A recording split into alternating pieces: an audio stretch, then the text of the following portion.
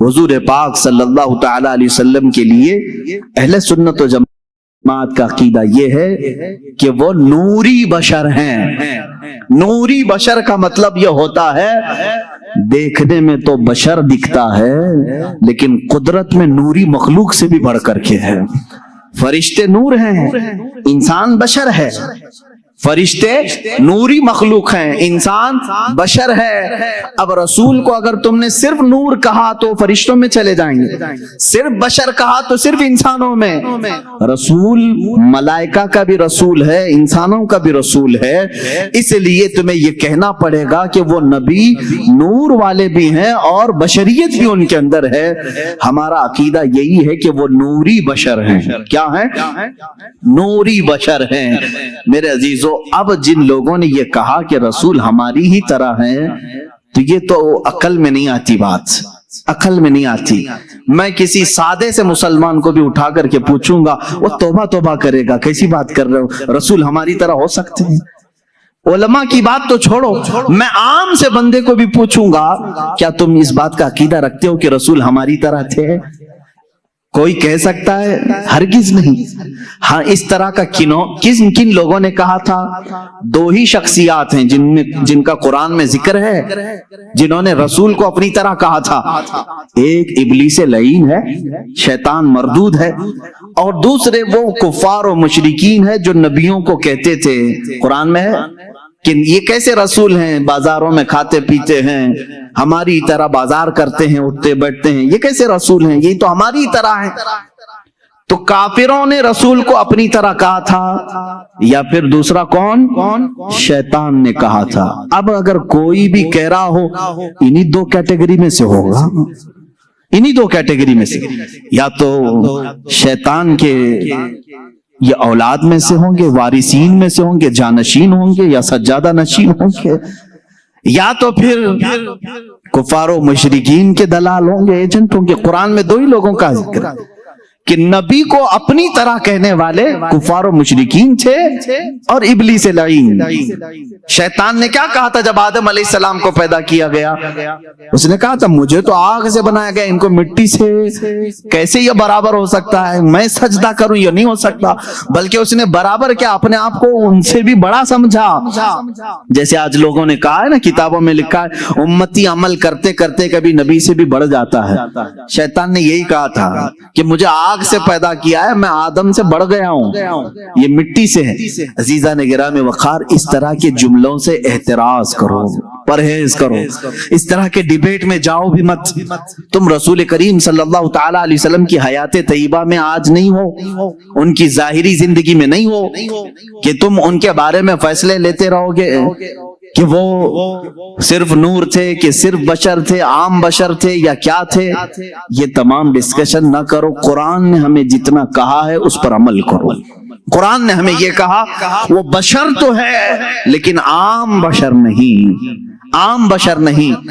یہاں کوئی بھی یہ نہ کہے، ایک صاحب نے کہا تھا کیا رسول کے دو کان نہیں تھے، رسول کی دو آنکھیں نہیں تھی، رسول کی ایک ناک نہیں تھی، رسول کے دو پاؤں دو ہاتھ نہیں تھے، پھر آپ الگ کیوں کہتے ہیں؟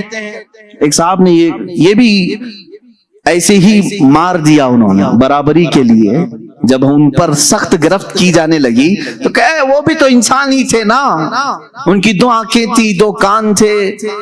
میرے عزیز، اگر ایسے ہی برابری کا معاملہ رہے تو سور کے بھی دو کان ہیں، تیرے بھی دو کان ہیں، کتے کی بھی دو آنکھیں ہیں، تیری بھی دو آنکھیں ہیں۔ کیا میں نے کبھی کہا کہ تو دیکھنے میں کتے کی طرح دکھتا ہے؟ میں نے نہیں کہا۔ برابری کے یہ اصول نہیں ہوتے، دو کان ہونا برابری کی ضرورت معیار نہیں ہے، دو آنکھ ہو جانا یہ برابری کا معیار نہیں ہے۔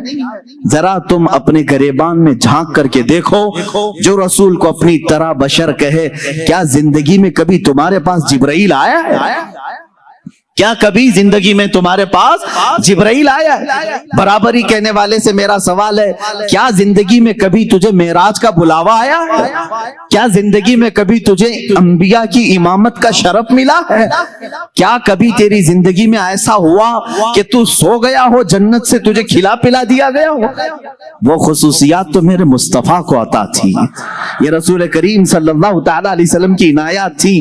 اللہ کے نبی صلی اللہ تعالی علیہ وسلم عید کی نماز پڑھانے کے لیے مدینے سے باہر تشریف لائے ہیں اور کھلے میدان میں نماز پڑھا رہے ہیں۔ صحابہ فرماتے ہیں جب تک میرے آقا صلی اللہ تعالی علیہ وسلم خطبہ دیتے رہے، نماز پڑھاتے رہے، آسمان کا ایک ٹکڑا ابر بن کر چھاؤں پیش کرتا رہا، سایہ بن کر کے سایہ افغن رہا، اور ہمیشہ میرے آقا صلی اللہ تعالی علیہ وسلم جب کبھی دھوپ میں چلتے تھے تو آسمان کا ایک ٹکڑا ساتھ ساتھ چلتا تھا۔ کیا تیرے بھی یہ خصوصیات ہیں؟ تجھے یہ خصوصیات دی گئی ہیں؟ اللہ کے نبی صلی اللہ تعالی علیہ وسلم کی ہر چیز کو پاک کہا گیا ہے، ان کے لباس کو پاک کہا گیا ہے، ان کے جسم سے ریلیٹڈ ہر چیز کو پاک کہا گیا ہے۔ کیا تیرے لیے یہ خصوصیات ہیں؟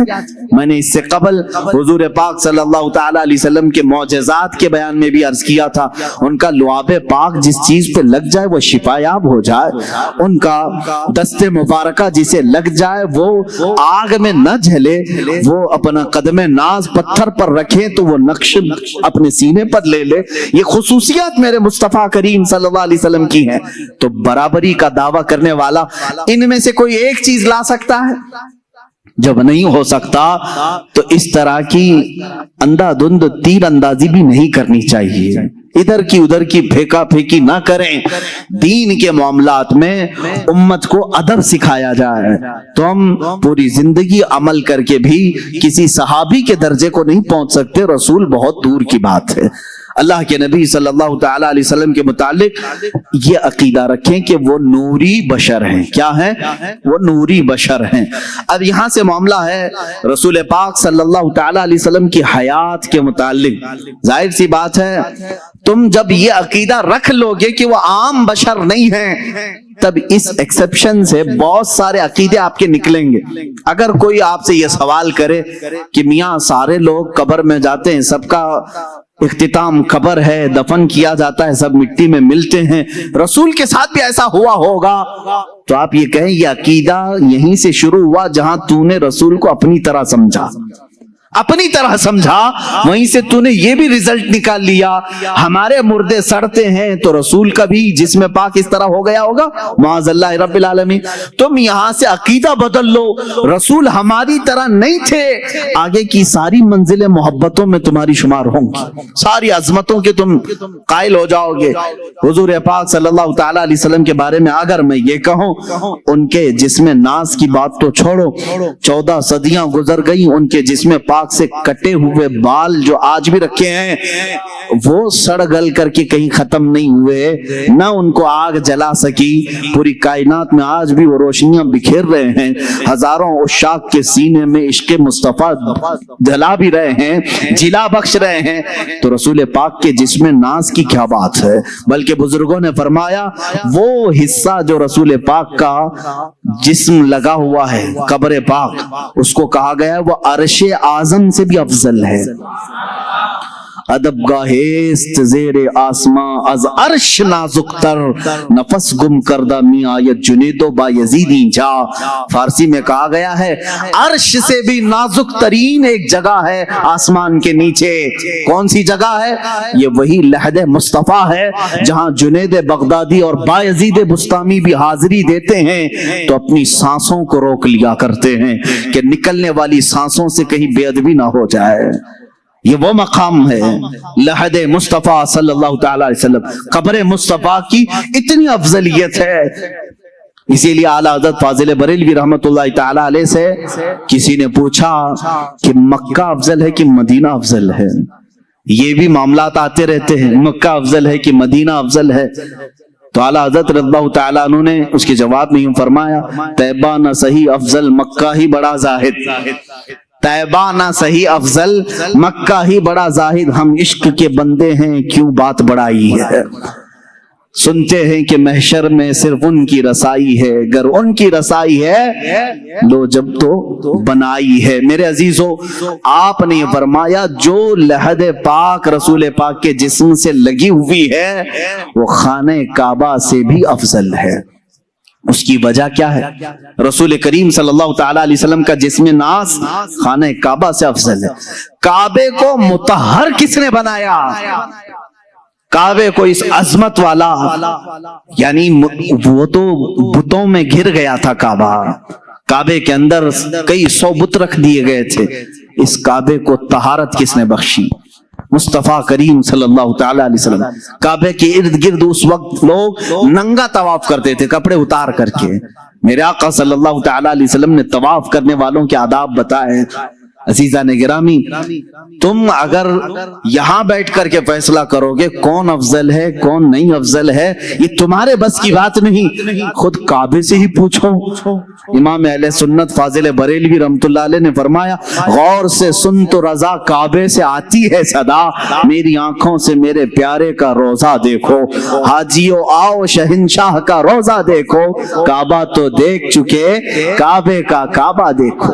عزیزان گرامی وقار، حضور اکرم صلی اللہ تعالی علیہ وسلم کی حیات طیبہ ایک ہاٹ ٹاپک ہے ان لوگوں کے لیے جن کے لیے یہ گرم لگتا ہے، ورنہ سنیوں کے لیے بڑی حوصلہ افزا ٹاپک ہے۔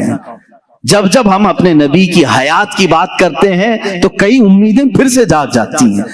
میاں چھوڑو، ہم ٹینشن میں تھے کون آئے گا کون نہیں آئے گا، مولانا نے کہہ دیا ہے رسول پاک اب بھی ہیں، آئیں گے۔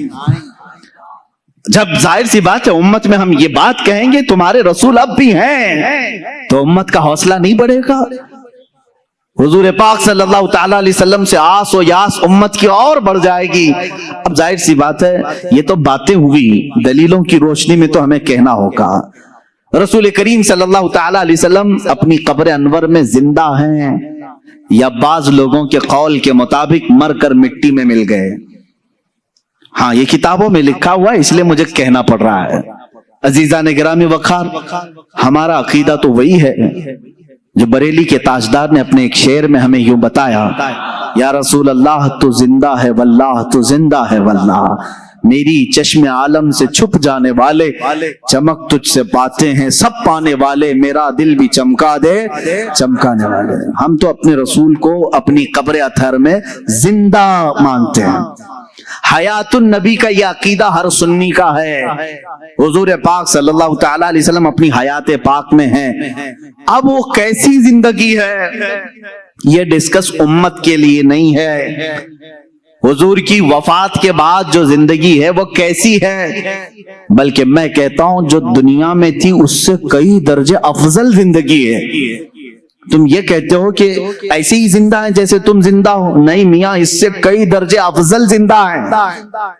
جب قرآن کہتا ہے شہیدوں کے بارے میں کہ تو ان کو مردہ نہ کہو، کیا قرآن میں نہیں ہے آیت؟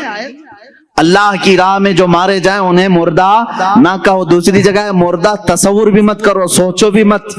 اللہ فرماتا ہے وہ زندہ ہے اور انہیں اللہ کی طرف سے رزق بھی ملتا ہے۔ اب مجھے یہ بتائیں جو زندہ ہے اور رزق بھی مل رہا ہے، اللہ سے کیوں نہیں پوچھتے کہ مولا وہ کون سا رزق تو انہیں دے رہا ہے، وہ کیا کھا رہے ہیں پی رہے ہیں؟ میرے عزیزو جب تم مرو گے تبھی پتہ چلے گا۔ جس کو یہ ٹینشن ہے کہ وہ کیسے زندہ ہیں، لیکن قرآن نے یہ کہا کہ وہ زندہ ہیں تو ہمارا عقیدہ ہے کہ وہ اللہ نے ان کو جیسی زندگی دی ویسے زندہ ہے۔ بلکہ اب احادیث کی روشنی میں بھی میں آؤں گا رسول پاک صلی اللہ تعالی علیہ وسلم کی حیات طیبہ کو ثابت کرنے کے لیے۔ رسول اپنی روح اور جسم کے ساتھ ہیں، ایک بار جو روح نکالنی ہے وہ اللہ کے وعدے کے مطابق نکال لی جاتی ہے، دوبارہ انبیاء کرام علیہ السلام کی زندگی پہلے سے افضل بنا دی جاتی ہے، ان کا جسم بھی صحیح سلامت رکھا جاتا ہے، جیسا جسم ان کا تھا اسی شان کے ساتھ قبر پاک میں ان کے جسم کی حفاظت کی جاتی۔ کیونکہ اللہ کے رسول نے خود فرمایا ان اللہ حرم علی الارض ان تاکل اجساد الانبیاء فنبی اللہ حی یرزق، اللہ نے بے شک زمین پر حرام کر دیا ہے وہ نبیوں کے جسموں کو کھا نہیں سکتی، نبیوں کے جسموں کو کھانا زمین پر اللہ نے حرام کر دیا۔ اللہ کے نبی زندہ ہوتے ہیں، انہیں رزق بھی دیا جاتا ہے، یہ حدیث پاک ہے۔ اب آئیں، میں دلائل کی روشنی میں کہتا ہوں، عربی کی اگر عبارات بھی پڑھوں، تھوڑا بہت میں آپ کو گرامر بھی بتا دوں، جو جملے ہوتے ہیں ان جملوں میں کیا چیز کا ہونا ضروری ہے۔ اب مثال کے طور پر میں کہوں زید عالم ہے، زید عالم ہے، اس کا مطلب کیا ہے؟ پریزنٹ میں بول رہا ہوں میں یا کہ پاسٹ میں بول رہا ہوں؟ پریزنٹ میں نا، عام بندہ سمجھ رہا ہے، پریزنٹ بات کر رہا ہوں، حال کی بات کر رہا ہوں۔ زید عالم ہے، اس کا مطلب ہے ابھی ہے، زید عالم ہے۔ اسی قاعدے اور گرامر کے حساب سے آگے چلتے ہیں۔ جب لفظ ہے آتا ہے تو وہ پریزنٹ کو پیش کرتا ہے، حال کو پیش کرتا ہے۔ اب آؤ میرے عزیزو، اس پر تو پورا اسلام کھڑا ہے۔ تمہارا کلمہ کیا ہے؟ لا الہ الا اللہ محمد رسول اللہ۔ کلمہ ہر مسجد میں ملے گا، ہر جگہ تمہیں ملے گا، ترجمے کے ساتھ بھی ملے گا۔ لا الہ الا اللہ کا ترجمہ کیا ہے؟ کوئی معبود نہیں اللہ کے سوا، یہ ایک ہو گئے، ہم نے نفی کر دی۔ دوسرا ورڈ آتا ہے محمد رسول اللہ ہے، یہ اب اس کو ہم ملا کے پڑھتے ہیں محمد رسول اللہ، محمد اللہ کے رسول۔ کیا کہہ رہے ہیں؟ محمد اللہ کے رسول، پاسٹ میں تھے کہا میں نے، آپ ترجمہ کبھی کلمے کا یوں کرتے ہو محمد اللہ کے رسول تھے؟ نہیں، ہمارا ہر بچہ ترجمہ یہی کرے گا محمد اللہ کے رسول ہے۔ یہ اس بات کی علامت ہے کہ رسول آج بھی زندہ ہے۔ میرے عزیزو، ہم مردہ رسول کو مانتے تو یہ کہتے وہ اپنے زمانے میں رسول تھے، جب کلمہ پڑھ رہے ہیں ہم اقرار کر رہے ہیں رسول ہیں، محمد اللہ کے رسول۔ کلمہ ہمارے نبی کی زندگی کی بڑی دلیل ہے، اور اگر رسول پاک کی حیات کا کوئی منکر ہے تو میں سمجھتا ہوں اس کا کلمہ ہی ادھورا ہے۔ وہ رسول پاک صلی اللہ تعالی علیہ وسلم کی رسالت کو پاسٹ میں مان رہا ہے، ابھی نہیں مان رہا ہے۔ محمد اللہ کے رسول ہیں، اس سے سمجھ میں آیا رسول ہیں کہ نہیں ابھی ہے۔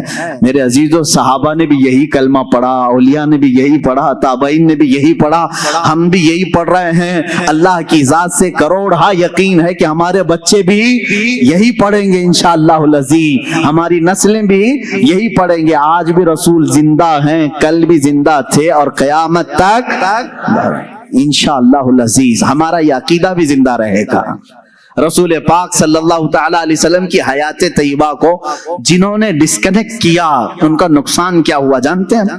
جنہوں نے کہا رسول مر کر مٹی میں مل گئے، معاذ اللہ، ان کے ساتھ وہی ہوا جیسے بدتمیز اولاد کے ساتھ ہوتا ہے۔ باپ کو دفن کر کے آنے کے بعد اب تو کوئی نہیں ہے، باپ بھی نہیں ہے، باپ کو ہم خود ہی دفن کر کے آ گئے، اب ختم ہو گیا ہوگا، باپ کا وہ ڈر ختم ہو گیا، گھر سے چلا گیا، اولاد بگڑ گئی۔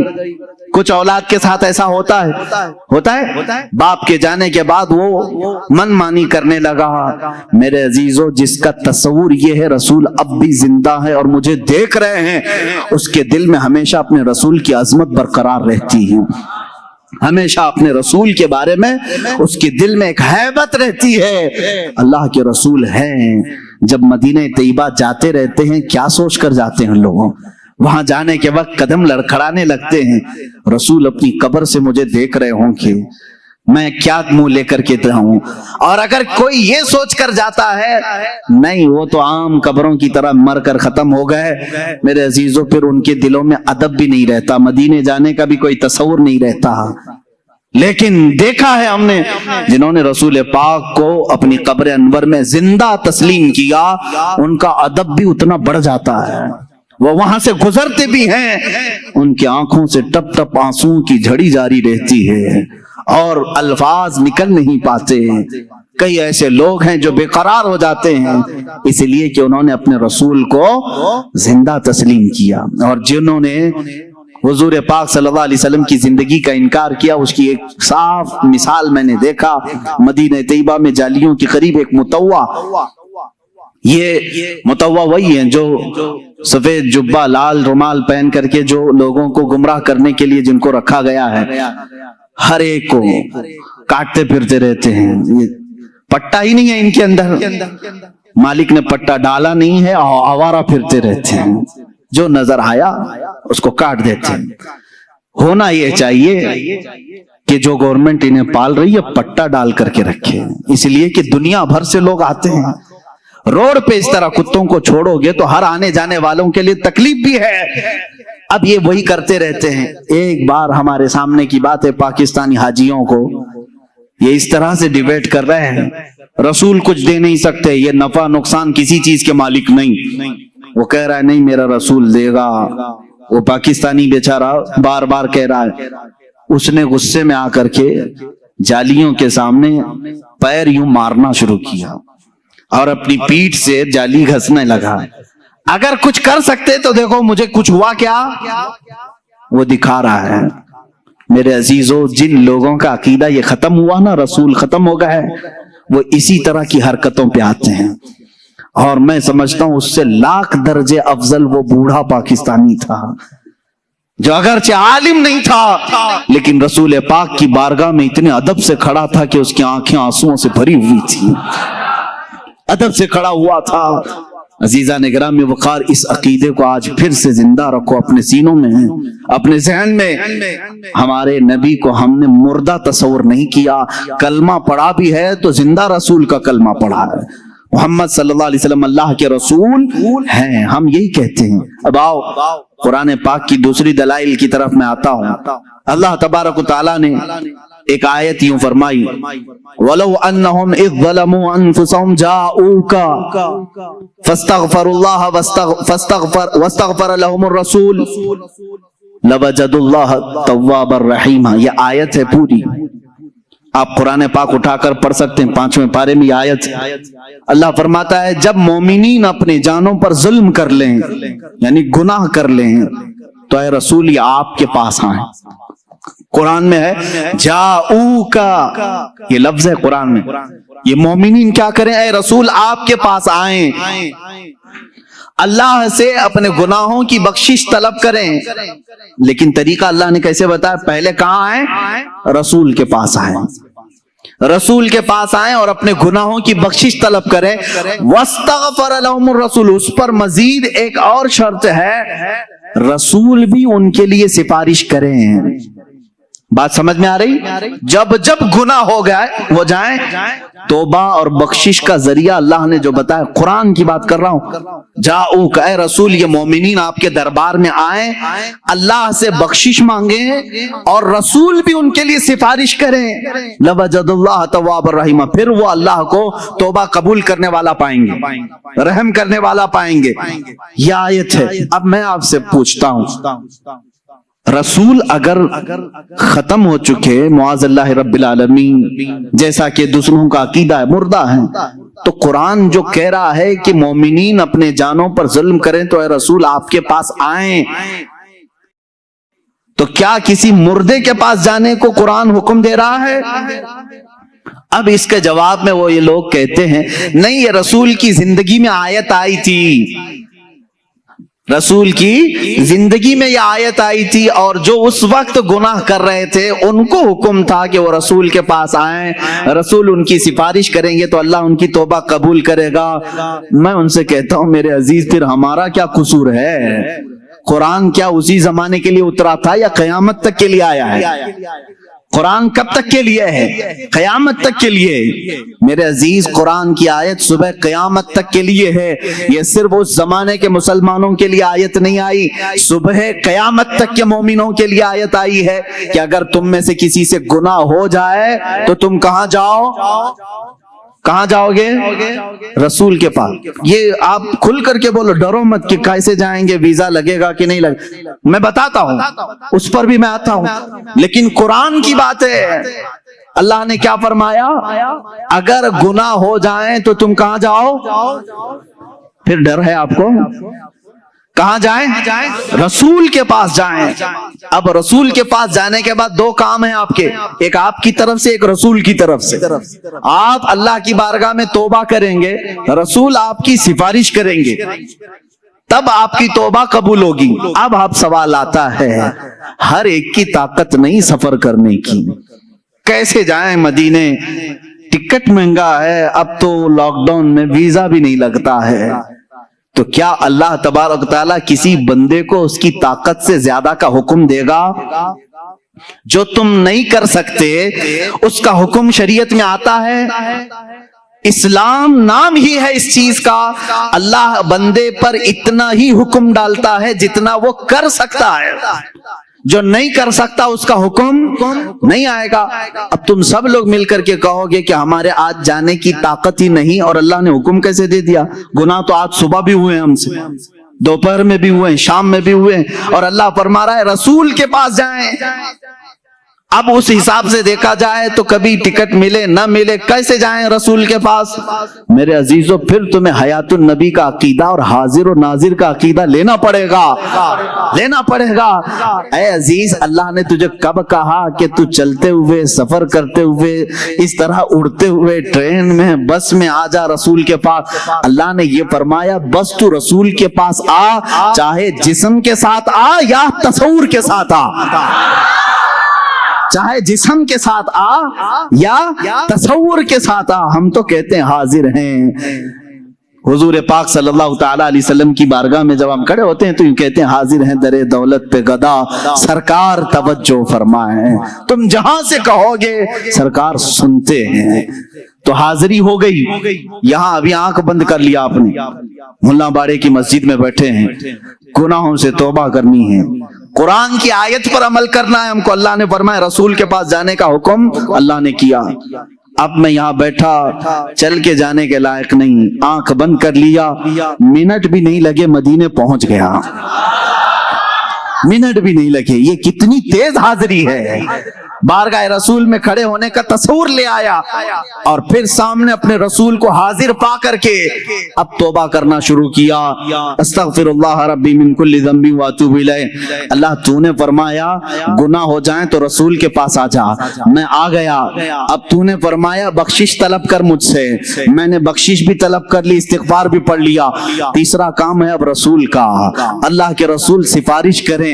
اب رسول کے پاس تمہیں کہنا ہوگا اے اللہ کے رسول، حکم خدا پر میں آپ کے پاس آیا ہوں، اور حکم خدا پر میں نے استغفار بھی کر لیا، بس آپ کے استغفار کی، آپ کے سفارش کی دیر ہے، اور اللہ میری توبہ قبول کرے گا۔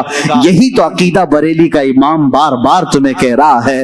رسول کریم صلی اللہ تعالی علیہ وسلم کے دربار میں آؤ، یہاں میرے عزیزوں گناہوں کی بخشش طلب کرو، اور رسول بے حساب دیتے ہیں، اور اللہ تبارک و تعالیٰ ان کی سفارش کو سنتا بھی ہے، اور بندوں کو پاک کر کے وہاں سے روانہ بھی فرماتا ہے۔ اب اس کی دلیلیں میں دیتا ہوں، ایک اور قرآن کی آیت پڑھ کر کے میں آگے آؤں گا کہ رسول اس وقت بھی معاف کرتے ہیں کہ نہیں کرتے ہیں، کیسے پتہ چلے گا؟ آتے ہیں کہ نہیں آتے ہیں، زندگی میں ہیں یا نہیں ہیں، اس کو کچھ دلائل سے میں ثابت کروں گا۔ دوسری ایک آیت ہے قرآن پاک میں، اور وہ بھی بہت حوصلہ افزا آیت ہے ہمارے لیے، بہت حوصلہ افزا ہے۔ اس میں بھی دیکھیں آپ، عربی کے گرامر تھوڑے بہت اگر مسلمانوں کو معلوم ہو تو کبھی گمراہ نہیں ہوں گے انشاءاللہ، کوئی ان کو بہکائے گا نہیں۔ میں آپ کو تاریخ بتاؤں، اللہ تبارک و تعالیٰ پہلے کی امتیں جب نافرمانی کرتی تو عذاب آ جاتا۔ قوم لوط پر بہت بھیانک عذاب آیا، قوم سمود پر بھیانک عذاب آئے، نوح علیہ السلام کی قوم پر بہت بھیانک عذاب آئے، شعیب علیہ السلام کی قوم پر بہت عذاب آئے۔ سب قومیں جب نافرمانی کرتی تو ان کے عذابات بھی کیسے تھے؟ بعض قوموں کو خنزیر بنا دیا گیا، بعض کو بندر بنایا گیا، بعض کے لیے زمین پھٹ گئی، سب اندر چلے گئے، بعض کے لیے آسمان سے پتھر برسائے گئے، نوکیلے پتھر، وہ برستے تھے تو ان کی کھوپڑیاں پڑ جاتی تھیں۔ تو یہ سخت ترین عذابات آئے، لیکن اللہ تعالیٰ نے رسول پاک صلی اللہ تعالیٰ علیہ وسلم کی اس گنہگار امت جس میں ہم اور آپ ہیں، ہمیں ایک تحفہ دیا۔ اب اللہ تعالیٰ فرماتا ہے وما کان اللہ لیعذبہم، اللہ تعالیٰ اب اس امت پر ویسے عذاب نازل نہیں کرے گا، اللہ کی طرف سے ہے یہ۔ تمہارے اندر گناہ آج بھی وہ سارے ہیں جو پچھلی امتوں میں تھے، لواطت بھی ہے، آج ناپ تول میں کمی یہ بھی ہے، زنا بھی ہے، چوری بھی ہے، یہ سب گناہوں میں جب وہ قومیں ملوث ہوتی تھی تو عذاب آتا تھا، آج نہیں ہے عذاب، ہے خسف اور مسخ کا عذاب، باقی دوسرے عذابات تو آئیں گے، وہ تو آ ہی رہے ہیں، لیکن جو بڑے عذاب آسمان سے پتھروں کے بارش، خنزیر کی شکل بن جانا، بندر کی شکل بن جانا، سارے انسانوں کی ایسا عذاب آیا نہیں آئے گا۔ رب تعالیٰ نے یہ فرمایا اب اس امت پر اللہ ویسا عذاب نہیں نازل کرے گا۔ کیوں مولا، کیوں اب ایسا عذاب نہیں آئے گا؟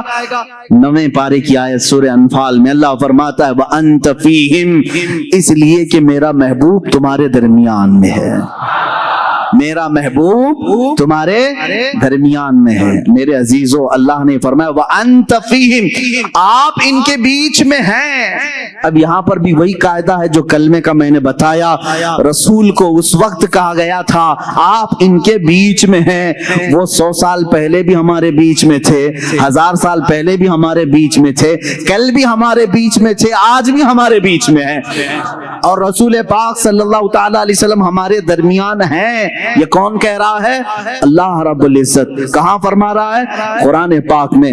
اگر تم کہتے ہو رسول نہیں ہے، مر کر ختم ہو گئے، تو پھر میں کہتا ہوں عذاب آ جانا چاہیے، عذاب آ جانا چاہیے، پتھر برسنا چاہیے، کم سے کم ان پہ تو برسنا چاہیے جو رسول کو مر کر ختم کر دیے۔ نہیں نا، ان کے عقیدہ رکھنے سے رسول ختم تو نہیں ہوتے۔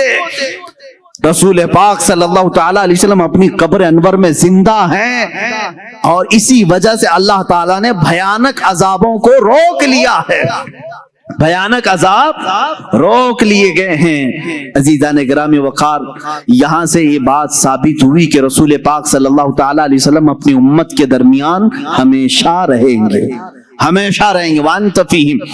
اور ایک بات میں آپ کو بتا دوں، ایک بڑی بات، میلاد بھی ہم منا رہے ہیں، اور میلاد ہی کے تو مجالس ہے نا، میلاد کی محفلیں ہیں۔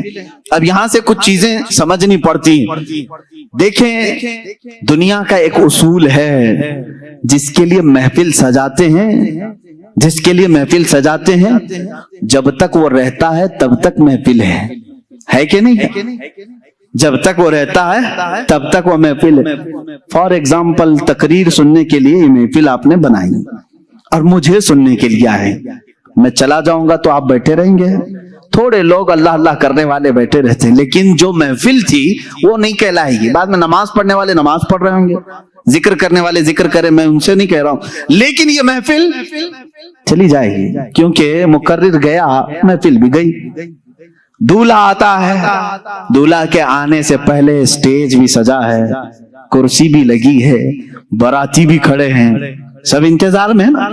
دولہا آیا، شام تک رکا، دلہن کو لے کر گیا، باراتی اب کیا کریں گے؟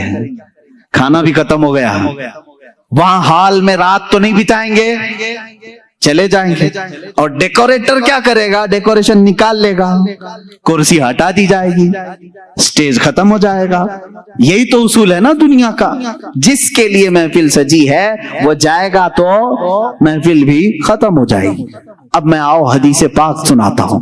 اللہ کے نبی صلی اللہ تعالی علیہ وسلم فرماتے ہیں، رب ذوالجلال اپنے رسول سے فرما رہا ہے لولاک لما خلقت الدنیا والافلاک والارضین، اے رسول اگر آپ کو دنیا میں بھیجنا نہ ہوتا تو نہ میں آسمانوں کو بناتا، نہ زمینوں کو بناتا، نہ دنیا کو بناتا، کچھ نہیں بناتا اگر آپ کو دنیا میں بھیجنا نہ ہوتا۔ پتہ یہ چلا اللہ رب العزت نے یہ ساری کائنات میرے محبوب کے لیے سجائی ہے، اپنے حبیب کے لیے سجائی ہے۔ رسول آنے والے تھے، ان کے آنے سے پہلے 1,24,000 انبیاء کو باراتی بنا کر بھیجا گیا ہے، انتظار میں بھیجا گیا ہے۔ آسمان کا شامیانہ تانا گیا، زمین کا بچھونا بچھایا گیا، ستاروں کی چمکاہٹ لگائی، جگمگاہٹ لگائی گئی،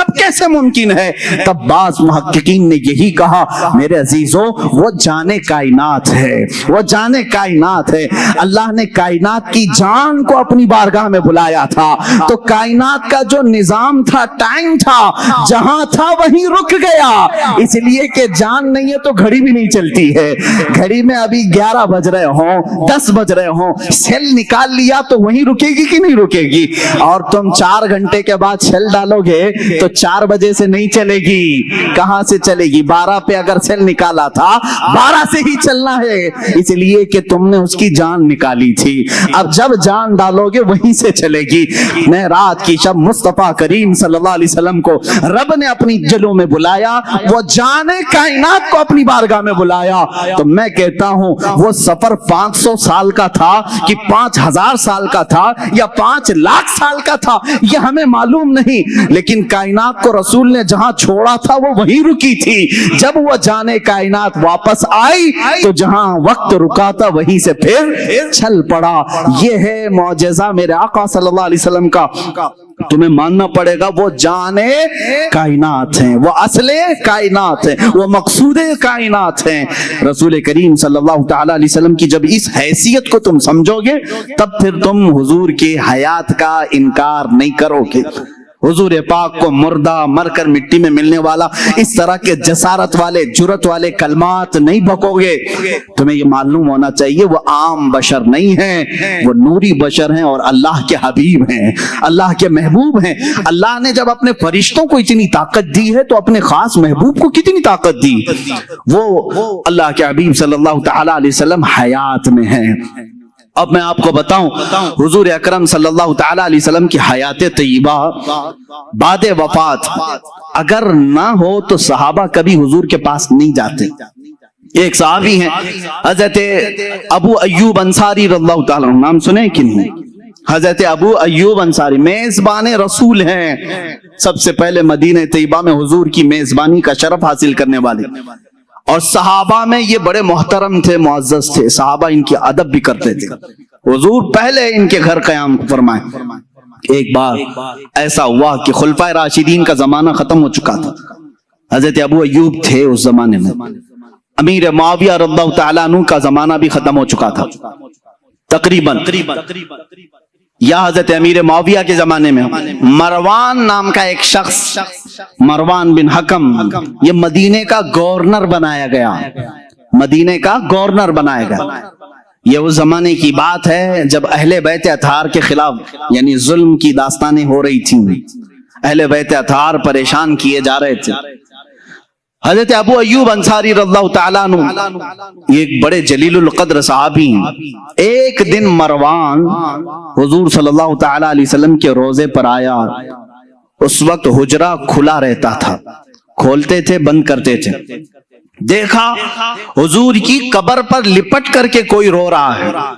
حضور پاک صلی اللہ تعالیٰ علیہ وسلم کے قبر اطہر کے پاس سر جھکائے کوئی رو رہا ہے۔ مروان پیچھے سے آیا، گورنر تھا، مدینے کا گورنر تھا، پیچھے سے اس نے گردن پکڑی، کہا کون ہے یہ بوڑھا شخص یہاں اس وقت یہاں آیا ہے؟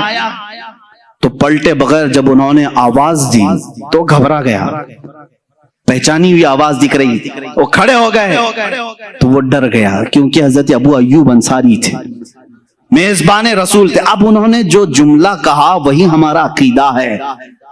انہوں نے کہا لم آتی بحجر بل آتی الی رسول اللہ صلی اللہ علیہ وسلم۔ اے مروان تو کیا سمجھ رہا ہے؟ میں کسی پتھر کے پاس نہیں آیا، میں اللہ کے رسول کے پاس آیا ہوں۔ اب اس صحابی کو پوچھو اللہ کے رسول کے پاس، قبر کو آپ اللہ کا رسول کہہ رہے ہیں، قبر کو اللہ کا رسول کہہ رہے ہیں، جبکہ قبر میں حضور وفات ہو کر کے بھی 40 سال ہو گئے۔ حضرت ابو ایوب کہہ رہے ہیں میں رسول اللہ کے پاس آیا ہوں، اس کا مطلب ہے وہ اللہ کے رسول کو زندہ تسلیم کرتے تھے۔ صحابہ کا بھی عقیدہ یہی ہے جو ہم کہہ رہے ہیں، تو زندہ ہے واللہ، تو زندہ ہے واللہ۔ ایک صحابی نہیں، حضرت سعید ابن مسیب رضی اللہ تعالیٰ عنہ، یہ مشہور تابعی ہیں، افضل ترین تابعی مدینہ طیبہ کے۔ حرہ کا جب موقع پیش آیا، یعنی یزید کی حکومت آئی تو مدینے پر اس نے چڑھائی کروائی تھی، مدینے والوں سے جنگ کیا تھا، جس کی وجہ سے 3 دن تک مسجد نبوی میں نماز نہیں ہوئی۔ یزید کے زمانے میں مدینے کے لوگوں کو مارا گیا تھا بہت خطرناک طریقے سے، اس کو حرہ کہتے ہیں۔ اب یزید کی گورنری کے زمانے میں جب مسجد نبوی لوگ آ ہی نہیں رہے تھے، جنگ چل رہی تھی، سعید ابن مسیب رضی اللہ تعالیٰ عنہ فرماتے ہیں میں مسجد نبوی میں اکیلا رہ گیا تھا، دروازے بند کر لیے، لاک ڈاؤن والی سچویشن ہے۔ سوچ لیں ان کے زمانے میں ہوا تھا 3 دن کے لیے ہی، لیکن وہ تابعی کیا کہتے ہیں، جب نہیں ان سے پوچھا گیا، وہ اذان بھی دیتے تھے، اقامت بھی دیتے تھے اور نماز بھی پڑھ لیتے تھے۔ ٹائم کا پتہ جب چلے، جب باہر نکلے ہیں، مسجد کے دروازے بند اور اندر رہتے تھے۔ وہ تابعی فرماتے ہیں ہر نماز کے وقت جیسے ہی نماز کا وقت آتا، قبر رسول سے اذان کی آواز آتی تھی، میں اذان کی آواز سنتا تھا اور اسی آواز پر میں مسجد نبوی میں اقامت بولتا اور نماز پڑھتا تھا۔ یہ کون کہہ رہا ہے؟ تابعی۔ اور تم اتنے زمانے کے بعد کہہ رہے ہو وہ مر کر مٹی میں مل گئے۔ انہوں نے تو قبر رسول سے اذان کی آواز سنی، اذان کی آواز سنی۔ عزیزان گرامی وقار، 1 2 نہیں کئی مثالیں ہیں اس طرح کی رسول پاک صلی اللہ تعالی علیہ وسلم کی حیات کے متعلق، وفات کے بعد کی حیات کے متعلق۔ کئی لوگوں نے میرے آقا صلی اللہ تعالی علیہ وسلم کا دیدار بھی کیا، زیارت سے مشرف بھی ہوئے ہیں۔ حضرت سیدنا احمد کبیر رفاعی رحمۃ اللہ تعالی علیہ، یہ بغداد مقدسہ سے چل کر مدینہ طیبہ حاضری دی۔ مشہور ہے روایت، رسول کریم صلی اللہ تعالی علیہ وسلم کی بارگاہ میں انہوں نے کیا مانگا تھا معلوم ہے؟ سوال کیا کیا تھا انہوں؟ سیدھے انہوں نے یہی سوال کیا، ہم جائیں تو الگ الگ چیزیں پوچھیں۔ وہ اللہ کے ولی تھے حضرت احمد کبیر رفاعی رحمۃ اللہ تعالی علیہ۔ سوال یہ کرتے ہیں، اے اللہ کے رسول، سنا ہے آپ کسی بھی فقیر کو لوٹاتے نہیں، مایوس نہیں بھیجتے، بس بندے کی یہ طلب ہے کہ آپ اپنی قبر انور سے ہاتھ نکالے، مسافہ کرتا ہوں۔ اللہ اکبر، 400 سال کے بعد کی بات ہے یہ، اور کتابوں کی روایت کرنے والوں نے یہ روایت کیا، قبر رسول سے ہاتھ باہر آیا، انہوں نے مسافہ بھی کیا۔ عزیزان گرامی وقار، اگر حیات النبی کے متعلق تم مجھ سے سوال کرتے جاؤ اور میں پیش کرتا ہوں۔ حضرت عروہ بن زبیر رضی اللہ تعالیٰ عنہ، یہ بھی تابعی، 60 ہجری میں، حضور کی وفات 11 ہجری میں ہو چکی تھی، 60 ہجری میں مدینے میں ایک بار سیلاب آیا، سیلاب میں پانی بہت زیادہ اور مسجد نبوی میں بھی پانی آیا، یہاں تک کہ رسول کریم صلی اللہ تعالی علیہ وسلم کی قبر انور کے پاس بھی پانی آیا۔ 3 قبریں تھیں اندر، حضرت ابو بکر، حضرت عمر رضی اللہ تعالیٰ عنہما کی بھی قبریں حضور صلی اللہ علیہ وسلم کے ساتھ ہیں، یہ سب کو معلوم۔ ایک قبر کھل گئی اور پیر بھی دکھنے لگا، پیر بھی دکھنے لگا۔ 60 ہجری کی بات کر رہا ہوں، یہ حدیث پاک میں موجود ہے۔ اس وقت مدینے والے جمع ہو گئے، اے آؤ مدینے والوں، رسول اللہ کا قدم دکھ رہا ہے، رسول پاک صلی اللہ تعالی علیہ وسلم کا قدم ظاہر ہے۔ تو سب جمع ہوئے، بھیڑ لگی۔ حضرت عروہ بن زبیر رضی اللہ تعالی، حضرت زبیر کے بیٹے، یہ آئے، انہوں نے لوگوں کو ہٹایا، غور سے دیکھا اور کہا واللہ ما هذه قدم رسول اللہ صلی اللہ علیہ وسلم، قسم خدا کی یہ رسول اللہ کا قدم نہیں ہے بلکہ یہ عمر ابن خطاب کا قدم ہے۔ کہتے ہیں میں اچھی طرح پہچانتا ہوں یہ عمر ابن خطاب کا قدم ہے۔ اے عزیزو سوچو، عمر کا قدم سلامت ہے تو رسول اللہ کا جسم کیا ہوگا؟ تم تو رسول کے جسم پاک کے بارے میں سوال کر رہے ہو۔ تابعین کہہ رہے ہیں عمر کا قدم سلامت تھا 60 ہجری میں۔ حضرت عمر رضی اللہ تعالیٰ عنہ کون ہیں؟ کیا وہ اللہ کے رسول ہیں؟ کیا وہ نبی ہیں؟ بلکہ حضرت عمر کہتے ہیں مجھے جو عزت ملی ہے وہ قدم رسول سے ملی ہے، جو عزت ملی ہے وہ رسول پاک کی وجہ سے ملی ہے۔ جن کی یہ عزت رسول پاک کی وابستگی کی وجہ سے ہو، اس رسول پاک کا جسم ناز کیا سلامت نہیں ہوگا؟ اب آؤ خود حضور کی حدیث ہی میں بتا دوں، نبی اپنی قبر میں زندہ ہے یا نہیں، اتنے بڑے ٹاپک پر ڈسکس کرنے سے پہلے مجھے یہ چاہیے بھی تھا. اور بلکہ آپ اگر کبھی سوال کریں, کوئی سوال کرے تو صرف ایک بات پوچھیں, میاں تو رسول پاک کی معراج کو مانتا ہے کہ نہیں؟ ہاں مانتے ہیں. چلو آسمانوں پر جانے کی بات کی, بیت المقدس تک کا تو سفر قرآن سے ثابت ہے. سبحان الذی اسرا بعبدہ لیلا من المسجد الحرام الى المسجد الاقصی, مسجد اقصی تک کا سفر قرآن سے ثابت ہے. اتنا تو مانتے ہو. مسجد اقصی میں کیا ہوا تھا؟ مسجد اقصی میں کیا ہوا تھا سنی مسلمانوں سب جانتے ہو. رسول پاک نے سارے نبیوں کی امامت کی. کتنے نبی؟ آدم علیہ السلام سے لے کر عیسیٰ علیہ السلام تک جتنے نبی تھے ان سب کی حضور نے امامت کی تھی. مجھے یہ بتاؤ, یہ 1,24,000 کم و بیش جو نبی آئے تھے وہ کب کے نبی تھے؟ وہ کب کے نبی تھے؟ کیا رسول کے زمانے کے نبی تھے؟ وہ صحابی نہیں. ان کی وفات ہو کر کسی کی 4,000 سال, کسی کی 3,000 سال, کسی کی 2,000 سال, کسی کی 500 سال, سینکڑوں سال پہلے وفات پائے ہوئے سارے نبی مسجد اقصی میں حضور کی اقتداء میں جمع ہیں. وہاں ابراہیم و اسماعیل بھی ہیں, داؤد و سلیمان بھی ہیں, موسیٰ و عیسیٰ بھی ہیں علیہم الصلاۃ والتسلیم. نادان جب تم معراج کے واقعے میں یہ جانتا ہے نبی ان تمام نبیوں کی امامت کر رہے ہیں جو بہت پہلے فوت ہو چکے تھے, وہ زندہ ہو کر آئے بھی اور حضور کے پیچھے نماز بھی پڑھے. اب بتا جو ان تمام نبیوں کی امامت کیا ہے وہ کیسے مردہ ہو سکتا ہے؟ خود میرے آقا فرماتے ہیں معراج کی سفر پر میں جب جا رہا تھا میں نے نظر کیا موسیٰ علیہ السلام کی قبر پر. حضور فرماتے ہیں موسیٰ علیہ السلام کہاں ہیں؟ یہاں بیت المقدس میں بھی ہیں, آسمانوں میں بھی ہیں. اور حضور کی ایک حدیث یہ بھی ہے, میں نے سفر میں موسیٰ کی قبر کی طرف دیکھا, موسیٰ علیہ السلام کو اپنی قبر میں کھڑے ہو کر نماز پڑھتے ہوئے میں نے دیکھا. حضور کیا فرما رہے ہیں؟ کھڑے ہو کر نماز پڑھتے ہوئے میں نے دیکھا. یہ حدیثیں ہیں میرے عزیزوں. اب مجھے بتاؤ نماز کون پڑھتا ہے, زندہ یا مردہ؟ نماز کون پڑھتا ہے؟